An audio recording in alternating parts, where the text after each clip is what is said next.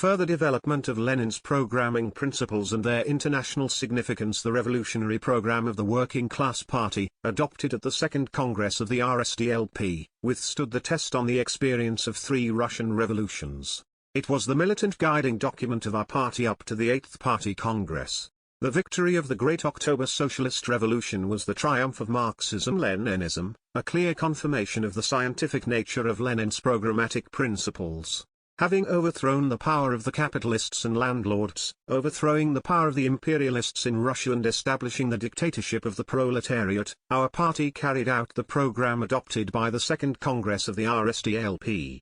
Lenin's idea of the dictatorship of the proletariat found its material embodiment in the Soviet system. In the new conditions that arose after the victory of the October Socialist Revolution in Russia, it was necessary to amend the party program. Even before the October Revolution, in his famous April theses, V. I. Lenin put forward the task of changing the party program.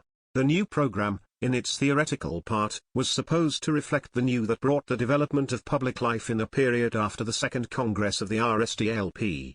The new program was supposed to provide a scientific analysis of the era of imperialism and proletarian revolutions.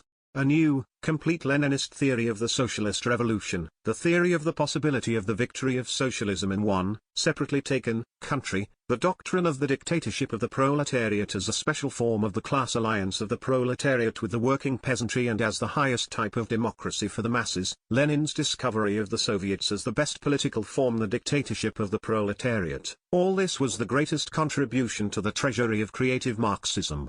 Not a parliamentary republic, a return to it from SRD. It would be a step back, wrote Lenin in the April theses, and the Republic of Soviets of workers, agricultural laborers and peasants deputies throughout the country, from top to bottom. In preparing and discussing the new program, our party waged an enormous ideological struggle against the Trotskyists and Bukrinites. The party defeated all attempts by the contemptible capitulators and strikebreakers of the revolution to turn the party off the Leninist path. V. I. Lenin developed a draft amendment to the old party program, which contained a number of new points and amendments to the program of the RSDLP adopted by the Second Congress. The 7th All-Russian Conference of the RSDLP adopted a resolution based on Lenin's report, which recognized the need to revise the party program and indicated in which direction the work on its revision should be continued. The resolution, in particular, set the following tasks: to assess imperialism and the era of imperialist wars in connection with the impending socialist revolution, to put forward a demand for a transition from a parliamentary republic to a republic of Soviets, to remove or correct obsolete parts of the political program, to remake the agrarian program in accordance with the adopted resolution on this issue, that is, to put forward a demand for the immediate and complete confiscation of the landowners' lands and transfer them to the disposal of the peasant committees and the nationalization of all lands in the state. The conference instructed the Central Committee to draw up on these grounds a draft party program and submit it for approval at the next party congress. At this time, the Bukrinites and other enemies of Leninism came out with your program project. They proposed dropping from the program the characterization of capitalism, the analysis of commodity production, crises, and limited to the characterization of monopoly capitalism, which the enemies of the party considered organized, free from the basic contradictions inherent in capitalism. In October 1917, Lenin came out with an article to revise the party program, in which he gave a crushing rebuff to the attempt to distort the real picture of modern capitalism and advocated leaving the theoretical part of the program, but considered it necessary to supplement it with a description of the era of imperialism and socialist revolutions. Commodity production, Lenin said, gave birth to capitalism, and the latter developed into imperialism. Consequently, imperialism not only retained in itself all the negative aspects of capitalism, its contradictions, but exacerbated these contradictions to the extreme. The enemies of Leninism, denying the need to fight for democratic reforms under imperialism, demanded that the item on the right of nations to self-determination be removed from the party's program, and the independence of nations was considered an outdated concept. Lenin tore the mask off the enemies of the national liberation movement, who covered themselves with false arguments and left phrases. We are obliged, Lenin wrote, to recognize the right to free secession, since Tsarism and the Great Russian bourgeoisie by their oppression of other nations aroused distrust of Great Russians in general, and this distrust must be dispelled by deeds, that is, by recognizing the right of each nation to self-determination, up to secession. But we, Lenin pointed out, do not want secession at all. We want the largest possible state, the closest possible union, the largest possible number of nations living in the neighborhood of the great Russians. Lenin advocated revolutionary proletarian unity in the interests of attracting as many working people of different nations as possible to the struggle of the proletariat, in the interests of democracy and socialism. We want, he wrote, that the Russian Republic people attracted other nations, but what? Not by violence, but exclusively by voluntary agreement. The VI Congress of the RSDLP, which took place on August the 8th to the 16th, 1917, in view of the insufficient preliminary discussion on the revision of the program and the completely unfavorable working conditions of the Congress, recognized the elaboration of a new text of the program as impossible. The special section of the Congress considered materials on the revision of the party program, published under the editorship of V.I. Lenin, and then it was decided to develop a new party program at the next Congress. The resolution of the VI Congress of the RSDLP said, before the convening of this Congress, the Central Committee of the party and all party bodies should organize the widest possible discussion on the issue of revising the program and take measures to serve the party members with literature on this issue. In the period between the 6th and 7th Party Congresses, the Central Committee of the Party and V.I. Lenin paid great attention to the preparation of a new program, calling on the entire party to this work. By a decree of the Central Committee of February 6, 1918, the development of the draft program was entrusted to a commission headed by V.I. Lenin. Lenin wrote a rough sketch of the draft program, which was subsequently distributed to the delegates of the 7th Party Congress as material for discussion. Events developed in such a way that the work on drawing up the program had not been completed by the 7th Party Congress. At the 7th Congress, Lenin made a presentation on revising the program and changing the name of the party. Our goal, Lenin said, is the creation of a communist society, therefore, the name of our party as Communist instead of Social Democratic is the only scientifically correct one. The enemies of Leninism Bukharin, Sokolnikov and others proposed to remove from the old program of the RSDLP its entire theoretical part, which characterizes, in particular, the development of commodity production and capitalism. They offered to give only a description of the highest stage in the development of capitalism, that is, the era of imperialism. Lenin rejected these harmful and incorrect views and suggested leaving in the program the characteristics of capitalism, supplementing it with the characteristics of the era of imperialism and the beginning of the socialist revolution. Lenin especially persistently proposed to give in the party program a detailed description of the state of the new type, that is, the Soviet state. To Bukharin's clearly treacherous proposal to include in the program for the withering away of the socialist state, Lenin replied that to proclaim the withering away of the state in advance would be a violation of the historical perspective. The 7th Party Congress created a commission, which was instructed to draw up a new party program as soon as possible. Lenin and Stalin were included in this commission. The new party program was adopted at the 8th Congress of the RCP in 1919. The approval of the program took a very important place in the work of the Congress. The commission elected by the 7th Congress proposed a draft of a new program without dividing it into two parts, the maximum program and the minimum program. After the conquest of power by the working class and the overthrow of the rule of landlords and capitalists, such a division became unnecessary. At the Congress old disputes arose with the Bukharin group over the theoretical part of the program. Lenin and Stalin proposed retaining the general theoretical part of the program adopted by the Second Congress of the RSDLP, supplementing it with an analysis of the era of imperialism and proletarian revolutions and an analysis of a new type of state, the state of the Soviets. Remaining on their previous positions, the Bukharinites considered it unnecessary to characterize the pre-monopoly stage of capitalism's development and demanded an analysis in the program only of the era of imperialism, the era of finance capital, its current stage. Lenin refuted the assertions of the Bukharinites about whole and pure imperialism. If everything was subordinated to finance capital and we had integral imperialism, Lenin said, then it would only be necessary to remove the top of the monopolists and hand everything over to the proletariat. But the reality was different.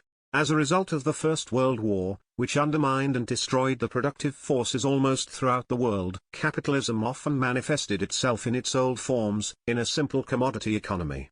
Moreover, Lenin said at the 8th Congress, pure imperialism has never existed without the main base of capitalism, does not exist anywhere and will never exist.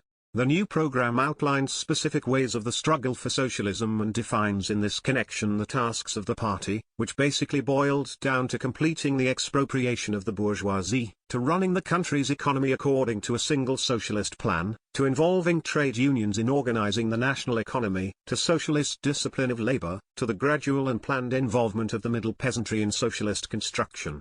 At the suggestion of Lenin, the party program noted the presence in the economy of our country of various economic structures and, above all, a small-scale commodity economy, the bearer of which was the middle peasant. The Congress rejected the Menshevik-Trotskyist views of Bukharin, who proposed to exclude from the program the clause on capitalism, on small-scale commodity production, or on the economy of the middle peasant. Denying the role of the middle peasant in socialist construction, Bukharin at the same time glossing over the fact of the growth of kulak elements from small commodity peasant farming. The Bukharinites were already giving a hand to counter-revolutionary Trotskyism at that time.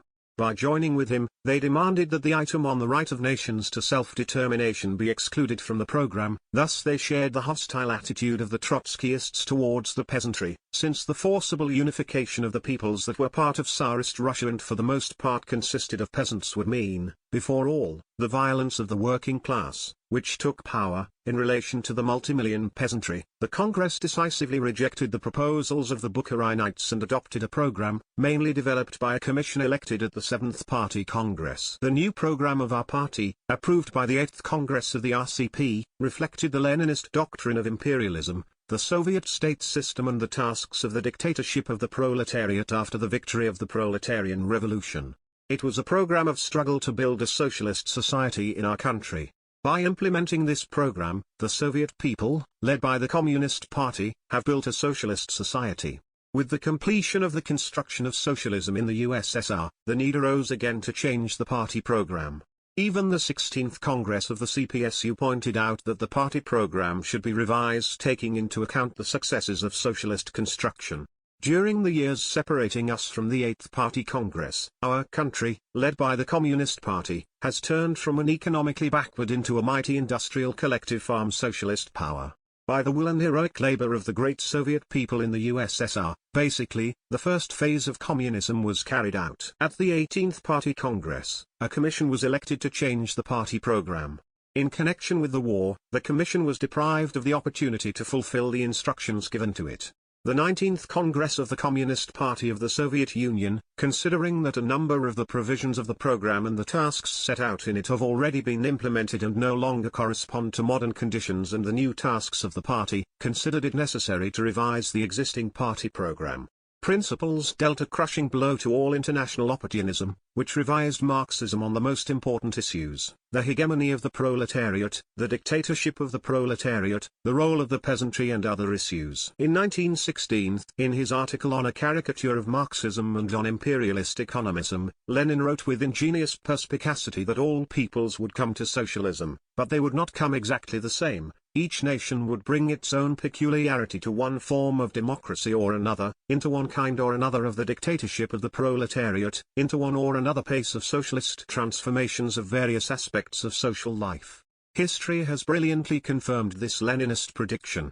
Lenin's programmatic principles were the basis of the program of the Comintern, adopted by the VI Congress in 1928. This underlines their greatest international importance. After the defeat of German fascism and Japanese imperialism in World War II, a number of countries of Central and Southeastern Europe fell away from the capitalist system, in which the People's Democratic System was established. In 1949, the People's Republic of China was proclaimed.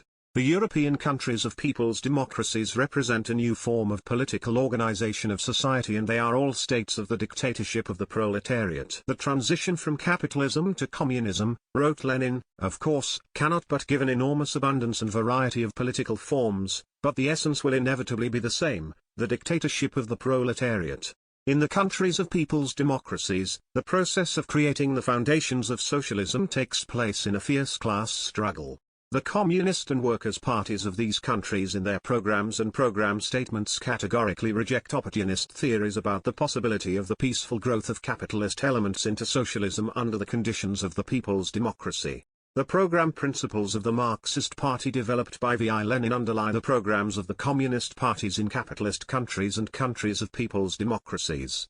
Thus, at the beginning of the 20th century, the Russian revolutionary Marxists, led by Lenin, were the only ones in the world labor movement who correctly resolved the national question, which was of enormous historical and international significance. The Leninist-Stalinist nationality policy, successfully implemented in our country, is now a model for all fraternal communist parties. The demand for the right of all nations to self-determination is embodied in the programs of the communist parties of the capitalist countries. The tasks of strengthening friendship and cooperation between peoples, strengthening the alliance of the working class and the peasantry are reflected in the programs and program statements of the communist and workers' parties in the countries of people's democracies. All fraternal parties are based on Lenin's programmatic, theoretical, organizational and tactical principles tested by many years of experience. Bolshevism is suitable as a model of tactics for everyone, said V.I. Lenin. The historical significance of the Second Congress of the RSDLP, as noted in the thesis 50 Years of the Communist Party of the Soviet Union, lies in the fact that he created a real Marxist party in Russia on the ideological and organizational principles that were put forward and developed by Lenin's Iskra. Based on the granite foundation of Marxist theory, for the first time in the history of the international workers' movement after the death of Marx and Engels, the Congress adopted a revolutionary program in which the struggle for the dictatorship of the proletariat was put forward as the main task. The inclusion by the Congress of the point on the dictatorship of the proletariat in the party program was a historic victory for Lenin's supporters. The adoption of the program meant the creation of a solid foundation for the ideological unification of the party, for the gathering of the Marxist workers' organizations of Russia around Lenin's programmatic principles. The founder of the Communist Party was V.I. Lenin.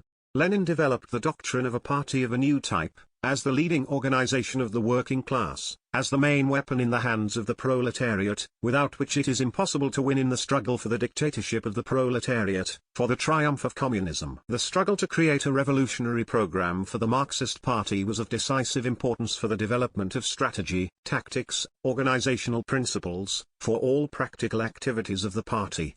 The name of Lenin, the great founder and wise leader of the Communist Party, is inextricably linked with the entire history and activities of our party, with the emergence and development of the world's first socialist state, the Union of Soviet Socialist Republics.